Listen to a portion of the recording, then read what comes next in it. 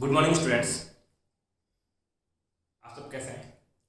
उम्मीद करता हूँ अच्छे होंगे और अपनी पढ़ाई कर रहे होंगे। ध्यान दें, आज हम लोग डायमेंशन एनालिसिस के क्या क्या यूज करने वाले हैं उनके बारे में डिस्कस करेंगे और साथ ही इस डायमेंशन एनालिसिस के एक मेथड को यहाँ स्टडी करेंगे और उसके कुछ न्यूमेरिकल लगाने वाले हैं। अगर डायमेंशन एनालिसिस की बात करो तो कुछ लिमिटेशन के साथ उसका कुछ जगह यूज किया जाता है। जैसे बात करो डायमेंशन एनालिसिस का फर्स्ट हम यूज करते हैं बेटा किसी भी फिजिकल रिलेशन का जो करेक्टनेस है कि जो फिजिकल रिलेशन आपके पास गिवन है वो करेक्ट है कि नहीं है, उसकी करेक्टनेस को चेक करने के लिए हम डायमेंशन एनालिसिस को यूज कर सकते हैं। दूसरा जो मेथड हम यूज करते हैं बेटा कि आपके पास यूनिट कन्वर्जेशन के अंदर, जैसे मैं बात करूं लेंथ का मेजरमेंट ऐसे सिस्टम में होता है मीटर के अंदर और सीजीएस में होता है बेटा सेंटीमीटर में। तो आपको पता है कि 1 मीटर इक्वल टू क्या होता है 100 सेंटीमीटर। तो ये 1 मीटर 100 सेंटीमीटर के कैसे बराबर हुआ, इस चीज का पता हम कैसे लगाएंगे बेटा कन्वर्जेशन ऑफ डायमेंशन एनालिसिस से। वहां पर किसी एक सिस्टम में आपको कुछ अमाउंट दिया होगा, पूछेगा दूसरे सिस्टम में उस अमाउंट की वैल्यू क्या होगी। जैसे मैं पूछ लूँ 1 kg में कितने ग्राम, तो आपके पास आंसर आ जाएगा कितना, आपके पास 1000 ग्राम। बट अगर मैं आपसे ये पूछ लूँ कि बताओ बेटा 1 न्यूटन सीजीएस में कितने डाइन के बराबर होता है, जो फोर्स होता है उसका सीजीएस में मेजरमेंट किया जाता है बेटा डाइन के अंदर। तो वो रिलेशनशिप आपको पता नहीं होगा, तो वो चीज हम लोग ड्राइव करेंगे किससे बेटा, आपके पास ये जो डायमेंशन एनालिसिस है उसके थ्रू। उसके बाद में तो drive relation between different physical quantities. तो कुछ डिफरेंट क्वांटिटीज है उनके बीच में फॉर्मूला बनाने की जो बात आती है वो हम लोग किससे करने वाले हैं बेटा, आपके पास डायमेंशन एनालिसिस से। तो एक बार ये तीनों पॉइंट आप लिखिए, उसके बाद इसका फर्स्ट एप्लीकेशन हम लोग तैयार करते हैं बेटा। देखिए बेटा यहाँ पे हम लोग फर्स्ट एप्लीकेशन स्टडी कर रहे हैं जिसके अंदर हम लोग कुछ फॉर्मूलाज की करेक्टनेस चेक करेंगे कि डायमेंशनली फॉर्म के अंदर ये फॉर्मूला करेक्ट है कि नहीं है आपके पास। तो इसमें हमारी जो हेल्प करने वाला है वो हेल्प करेगा आपके पास प्रिंसिपल ऑफ होमोजेनिटी। अब प्रिंसिपल ऑफ होमोजेनिटी क्या होता है, कुछ बच्चों को पता होगा, जिनको नहीं पता मेरी बात थोड़ी ध्यान से सुने आप लोग। प्रिंसिपल ऑफ होमोजेनिटी का मतलब है कि सेम यूनिट ऑफ क्वांटिटी को ही आप ऐड और सब्ट्रैक्ट कर सकते हो। जैसे मैं बोलूं कि मान लीजिए आपके पास 2 kg plus of 5 kg equal to कितना होगा बेटा 7 kg। तो इसका यूनिट और इसका यूनिट सेम था और आपने देखा जो रिजल्ट है वो भी सेम यूनिट के अंदर आ रहा है। तो ये प्रिंसिपल ऑफ होमोजेनिटी है कि सिमिलर क्वांटिटी ऑफ यूनिट को ही आप ऐड और सब्ट्रैक्ट कर सकते हो। कल को मैं आपको बोलूं कि भैया ऐसा करो 2 kg प्लस ऑफ 5 सेकंड को ऐड करके बताओ, तो कोई भी इसको ऐड नहीं कर सकता क्योंकि इनके यूनिट सेम नहीं है। तो जिनके यूनिट सेम होते हैं उन्हीं को आप ऐड और सब्ट्रैक्ट कर सकते हो। ये कौन कहता है बेटा, प्रिंसिपल ऑफ होमोजेनिटी ऐसा कहती है। अब ध्यान दीजिए इसके अकॉर्डिंग होना ये चाहिए कि अगर ये सारी क्वांटिटी सेम यूनिट से बनी है तो एलएचएस में जितने भी टर्म है, जैसे कि यहाँ पे एलएचएस में एक टर्म है जिसका यूनिट क्या है केजी, इसका डायमेंशन फॉर्मूला। आरएचएस में कितने टर्म्स है बेटा 2 टर्म, इसका डायमेंशन फॉर्मूला और इसका डायमेंशन फॉर्मूला। ये सारे टर्म के डायमेंशन फॉर्मूला अगर आपस में इक्वल है डेट मीन सबके यूनिट क्या है सेम है, डेट मीन ये प्रिंसिपल ऑफ होमोजेनिटी को ओबे करता है। इसका मतलब कि ये चीज करेक्ट लिखी गई है आपके पास, सही लिखी गई है आपके पास। तो हम इसकी करेक्टनेस कैसे बता सकते हैं कि जितने भी आपके पास टर्म बन रही है अगर सभी टर्म्स के डायमेंशन सेम आ जाती है तो हम बोल देंगे गिवन फॉर्मूला जो है वो बेटा कैसा है करेक्ट है। और अगर मान लो किसी भी एक टर्म की डायमेंशन किसी दूसरे टर्म से डिफरेंट आ गई हमारी तो हम बोलेंगे नॉट करेक्ट, जो फॉर्मूला है वो गलत हो जाएगा आपके पास। तो इस तरीके से हम लोग उसकी करेक्टनेस और नॉट करेक्टनेस के बारे में स्टेटमेंट दे सकते हैं। आइए देखते हैं कुछ क्वेश्चन और इनकी करेक्टनेस को चेक करते हैं।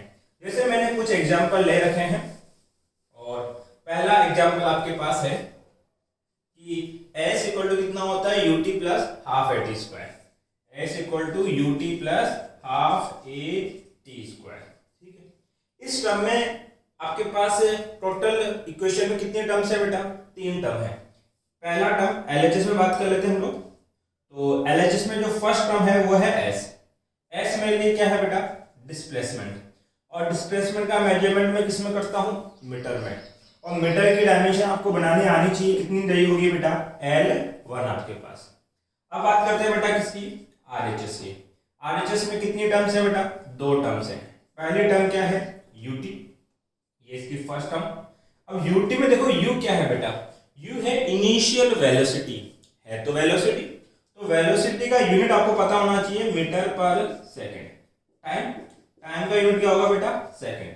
सेकंड से सेकंड कट जाएगा, रिजल्टेंट यूनिट क्या बचेगा बेटा? मीटर। और मीटर का डायमेंशन आपको पता है कितना है? L1।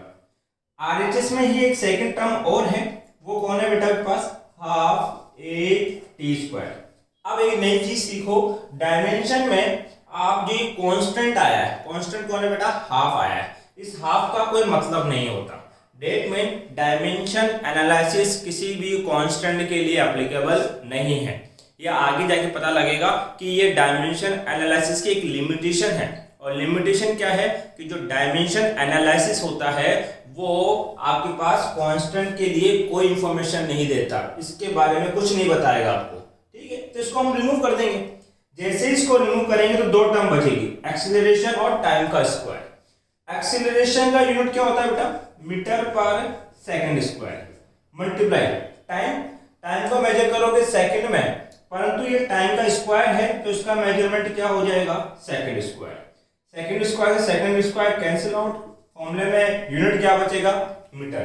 और मीटर का डायमेंशन कितना होगा बेटा? L1। बात के देख, तो देखो हमने बोला कि जो पहला एग्जांपल था उसमें 3 टर्म आई और तीनों टर्म के डायमेंशन क्या है बेटा? सेम है आपके पास। तो हम बोल देंगे कि ये जो फॉर्मूला है वो आपके पास डायमेंशनली क्या है बेटा? करेक्ट है आपके पास। क्या है? करेक्ट। तो ये डायमेंशनली करेक्ट आपके पास हो गया। इसका आप एक बार स्क्रीनशॉट ले लें। ठीक है, अगला देखो। सेकंड क्या है? सेकंड मेरे पास फॉर्मूला है, चेक करना है कि half m v square equal to होता है mgh। ठीक है सर जी, इसमें एलएचएस में एक टर्म है और आरएचएस में एक टर्म है। एलएचएस में कौन है बेटा? Half m v square. Half क्या है? कांस्टेंट, इसका कोई डायमेंशन या यूनिट फॉर्म नहीं होता है। अगला टर्म कौन है बेटा? मास।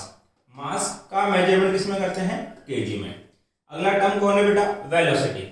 वेलोसिटी का मेजरमेंट करते हैं मीटर पर सेकंड में, बट वेलोसिटी का क्या हो रहा है? स्क्वायर, इसलिए यूनिट का भी क्या कर देंगे बेटा? स्क्वायर आपके पास।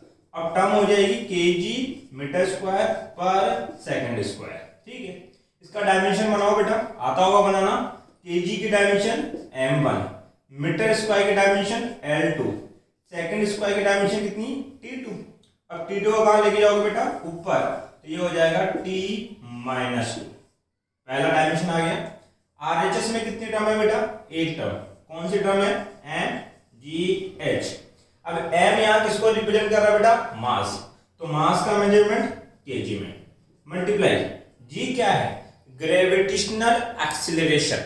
और ये है तो एक्सीलरेशन ही है, और एक्सीलरेशन का यूनिट हमें पता है कितना होता है? मीटर पर सेकंड स्क्वायर।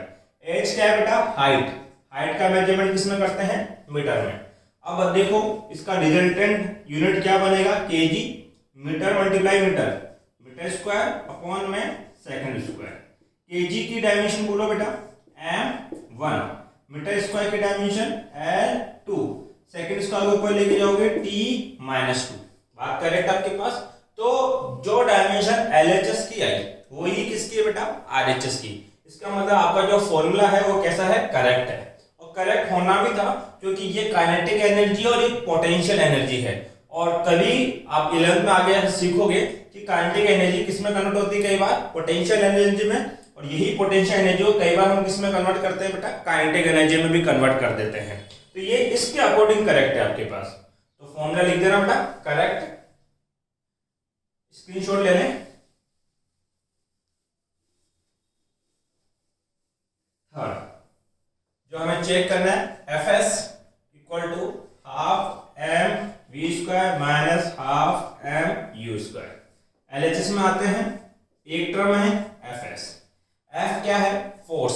F क्या है? फोर्स। S क्या है? डिस्प्लेसमेंट। यहाँ पे तो फोर्स का डायमेंशन। अब आप पूछोगे सर आपको कैसे पता?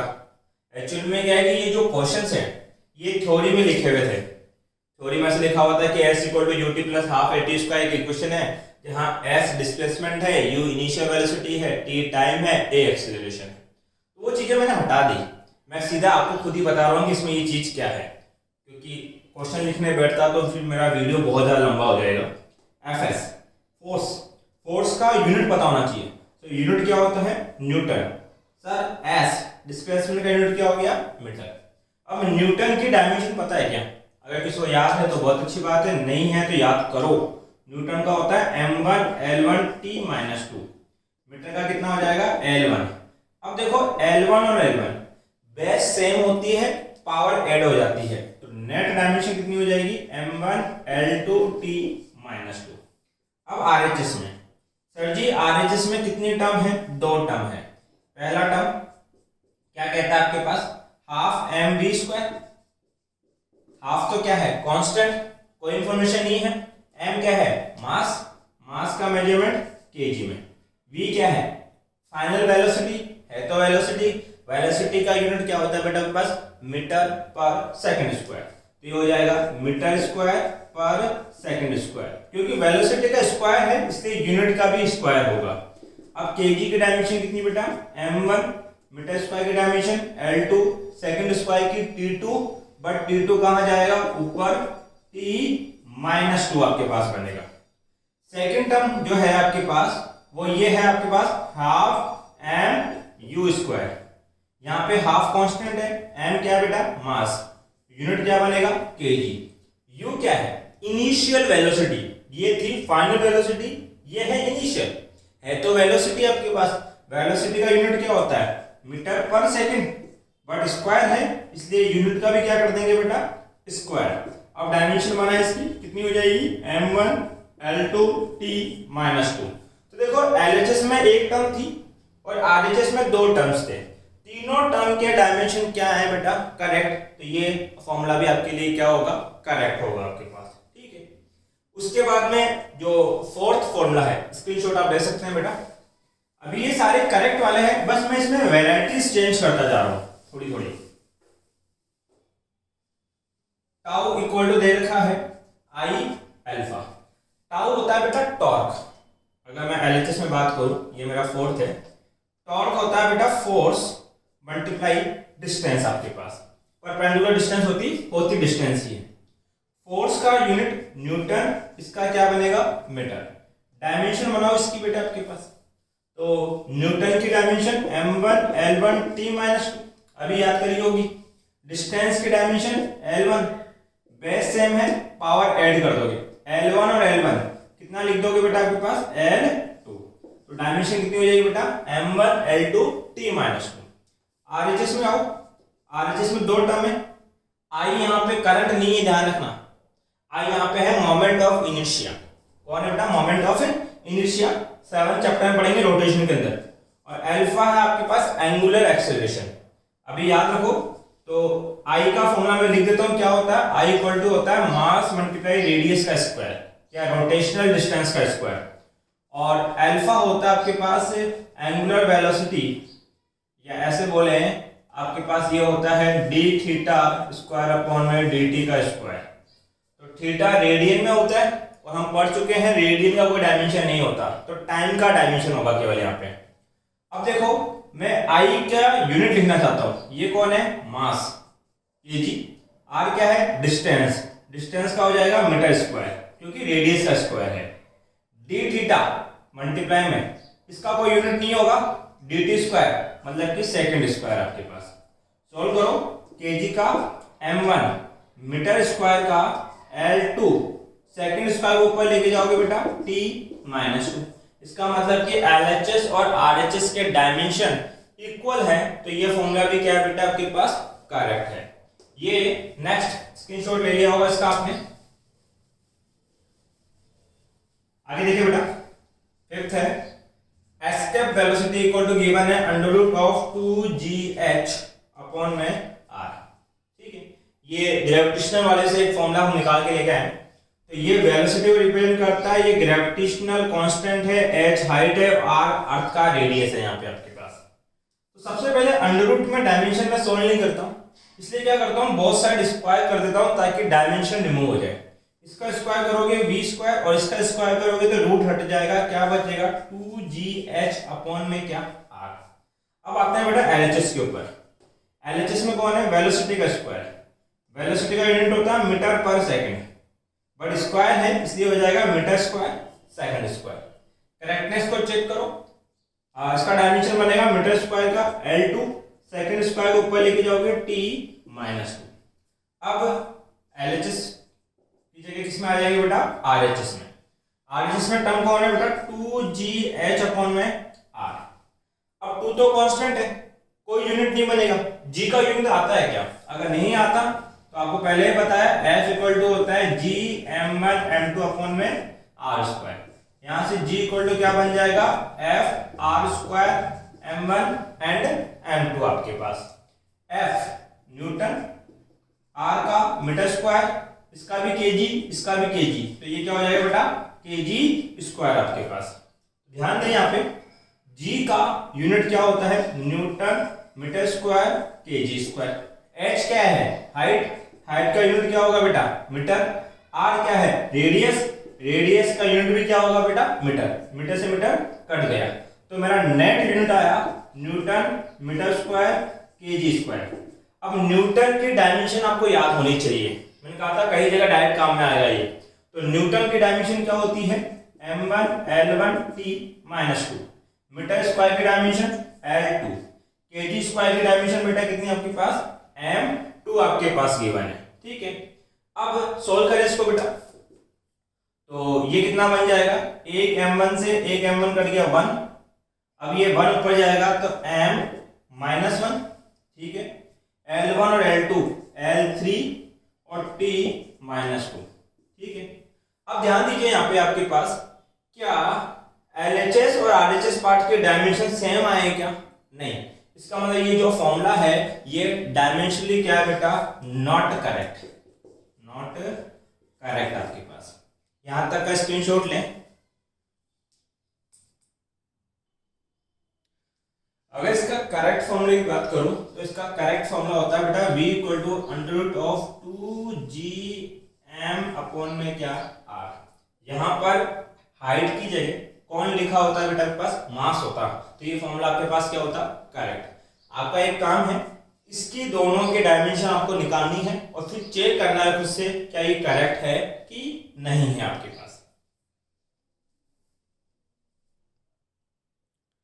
ध्यान दे बेटा, आपसे इस टाइप के क्वेश्चन पूछे जाएंगे। जो अभी पहले करवाए थे मैंने वो तो केवल प्रैक्टिस थे ताकि आप डायमेंशन बनाना सीख सको, इक्वल करना सीख सको। उस प्रोसेस से बोर्ड एग्जाम या फिर आप कोई कॉम्पिटिटिव एग्जाम दोगे तो वो क्या पूछना चाहता है, वो कहेगा find the dimension a cross a multiply by b in the relation. कोई रिलेशनशिप दे देगा और उसमें कोई दो अननोन टर्म होगी, या तो उन डायमेंशन का वो प्रोडक्ट निकलवा देगा या उन डायमेंशन का रेशियो निकलवाना चाहेगा आपसे, जहां पे p किसको रिप्रेजेंट करता है, पावर को, x डिस्टेंस है और t क्या है बेटा आपके पास, टाइम है। ध्यान दीजिए कि p इक्वल टू कितना गिवन है, b minus x square upon में कितना 80। अगर मुझे a और b के डायमेंशन का प्रोडक्ट निकालना है तो पहले a की डायमेंशन पता होनी चाहिए और फिर b की। एक चीज देखो, यहाँ पे एक चीज लिखी हुई है b माइनस का क्या, एक्स स्क्वायर। एक चीज बताओ, क्या यहाँ पे मैं लॉ ऑफ होमोजेनिटी लगा सकता हूँ क्या, यस। क्योंकि हमने पढ़ा है कि जो सेम यूनिट है उन्हीं को ही आप ऐड और सब्ट्रैक्ट कर सकते हो। अगर ये डिस्टेंस का स्क्वायर है, इसका मतलब इसका यूनिट क्या होगा, मीटर स्क्वायर, तो इसका यूनिट भी क्या होना चाहिए, मीटर स्क्वायर होना चाहिए, तभी ये आपस में क्या हो सकते हैं बेटा, सब्ट्रैक्ट हो सकते हैं। इसका मतलब कि जो फर्स्ट स्टेटमेंट मुझे मिलेगा वो यहां से मिलेगा। मैं b इक्वल टू क्या लिख सकता हूं, x square. b equal to x क्या है, डिस्टेंस, डिस्टेंस का क्या यूनिट बनेगा बेटा, मीटर, बट स्क्वायर है तो क्या बन जाएगी, मीटर स्क्वायर। अब b का यूनिट पता लग गया तो b का डायमेंशन कितना होगा बेटा, L2। दूसरी टर्म देखो, अब a कहां से निकालूं मैं आपके पास, तो ऐसा करता हूं कि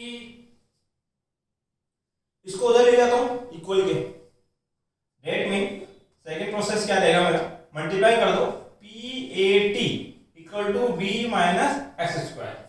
अगर ये फॉर्मूला करेक्ट है, ये फॉर्मूला क्या है, करेक्ट है, तो इस टर्म की डायमेंशन और इस टर्म के डायमेंशन आपस में क्या होंगे, इक्वल। अभी करेक्ट में यही तो कर रहे थे कि LHS के डायमेंशन और RHS के जितने भी टर्म थे उन सब के डायमेंशन इक्वल आ रहे थे, तभी तो हम क्या बोल रहे थे बेटा कि गिवन फॉर्मूला इज करेक्ट आपके पास। ठीक है, तो यहां क्या करना पड़ेगा आपको, सर जी मैं ऐसा लिख सकता हूं कि PAT का यूनिट और एक्स स्क्वायर का यूनिट सेम होगा।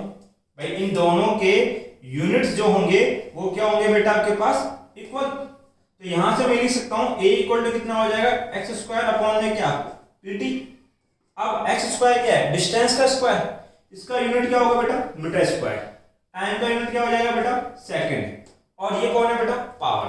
अब पावर का यूनिट नहीं आता होगा आपको, तो देखो आपने क्या पढ़ा है, पावर क्या होता है बेटा आपके पास, rate of work done, W/T, work upon में टाइम आपके पास। अब वर्क हम लोग निकाल चुके हैं कि वर्क का डायमेंशन कितना होता है, तो ये होता है आपके पास, अगर मैं इसके यूनिट की बात करूं तो ये होती है kg मीटर स्क्वायर पर सेकंड स्क्वायर। ठीक है, टाइम का क्या बन जाएगा बेटा, सेकंड। तो पावर का यूनिट क्या बन जाएगा, kg मीटर स्क्वायर पर सेकंड क्यूब। रखो यहाँ पे सब पावर की क्या निकालना है बेटा हम लोग, यूनिट kg मीटर स्क्वायर पर सेकंड क्यूब। देखो बेटा एक सेकंड से एक सेकंड कट गया, मीटर स्क्वायर से एक मीटर भी आपके पास कैंसिल हो गया। अब इस यहाँ पे क्या बचा, सेकंड स्क्वायर, इसको कहाँ लेके जाओगे बेटा, ऊपर। तो ये क्या हो जाएगा, सेकंड स्क्वायर kg मीटर है, ये भी मीटर स्क्वायर था, ये भी मीटर स्क्वायर था, मीटर स्क्वायर कट गया, तो सेकंड स्क्वायर पर kg। अब इसका डायमेंशन बनाओ आप लोग, तो डायमेंशन कितना हो जाएगा बेटा, सेकंड स्क्वायर का T2 और kg का कितना बनेगा, m1 को ऊपर लेके जाओगे तो क्या हो जाएगा, m-1। अब क्वेश्चन क्या चाहता है कि a मल्टीप्लाई बाई b निकाला जाए, मतलब कि a की और b के डायमेंशन का प्रोडक्ट क्या होगा वो पूछा है हमसे। तो a मल्टीप्लाई बाई b पूछा है, a की डायमेंशन हमारे पास आ चुकी है, कितनी है, T2 m-1, और b की डायमेंशन हम निकाल चुके हैं, कितनी है, L2। बस अब तो अरेंज कर लो, तो कितना हो जाएगा आपके पास, ये m-1 L2 T आपके पास 2। ये a क्रॉस b के डायमेंशन का क्या निकल के आया बेटा, प्रोडक्ट। इसका स्क्रीनशॉट लें, ध्यान दे बेटा। एक एग्जांपल है, वॉन डेर वाल इक्वेशन आपके पास गिवन है, जहां p आपके पास क्या है बेटा, प्रेशर है, a कोई कांस्टेंट है, v आपके पास वॉल्यूम है, फिर v वॉल्यूम है, b कोई कांस्टेंट है, r आपके पास van der Waal gas equation का कांस्टेंट है, और t क्या बेटा, टेम्परेचर है। उसने बोला है कि जो a और b जो दो कांस्टेंट इन्होंने दिए हैं, इनके क्या निकालो बेटा, डायमेंशन। तो बहुत आसान है, प्रिंसिपल ऑफ होमोजेनिटी दिमाग में रहनी चाहिए। क्या कहता है कि same unit of quantity can be add और कैन बी सब्ट्रैक्ट आपके पास।